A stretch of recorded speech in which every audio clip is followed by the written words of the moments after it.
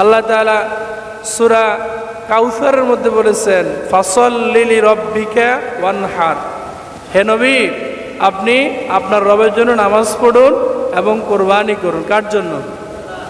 এছাড়াও নবী করিম সাল্লাল্লাহু আলাইহি সাল্লাম গুরুত্ব সহকারে হাদিসের মধ্যে বলেছেন, হযরত আবু হুরায়রা রাদিয়াল্লাহু তাআলা আনহু থেকে হাদিস, নবীজি বলেছেন, মান কানা লাহু সাআতান, যাকে আল্লাহ তাআলা কোরবানি করার সামর্থ্য দিল, কোরবানি করার সামর্থ্য আছে, ওয়ালাম ইউদাহি, কিন্তু সে কোরবানি করে নাই। এরকম মানুষ আছে না নাই?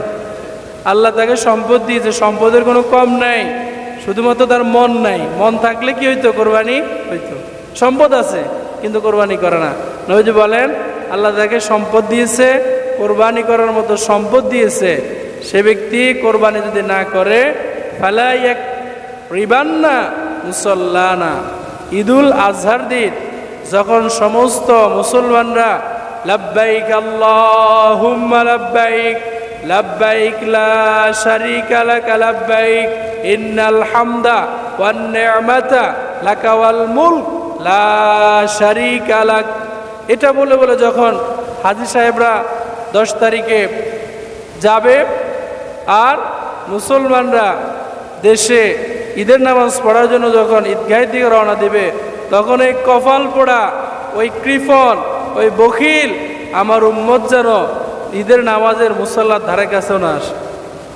কত ভয়ঙ্কর ধমক কে দিয়েছেন? নবী করিম সাল্লাল্লাহু আলাইহি সাল্লাম। মান কানা লাহু সাআতান, আল্লাহ যাকে সামর্থ্য দিয়েছে, ফালাম ইউদাহি, কিন্তু সে কোরবানি করে, ফালা ইয়াকরবান্না মুসাল্লানা, ফালা ইয়াকরিবান্না মুসাল্লানা, মুসলমান যখন নামাজ পড়তে আসবে তখন সে যেন মুসলমানদের ঈদগাহের ধারে কাছেও। এ থেকে বোঝা যায় কোরবানির গুরুত্ব কম না বেশি?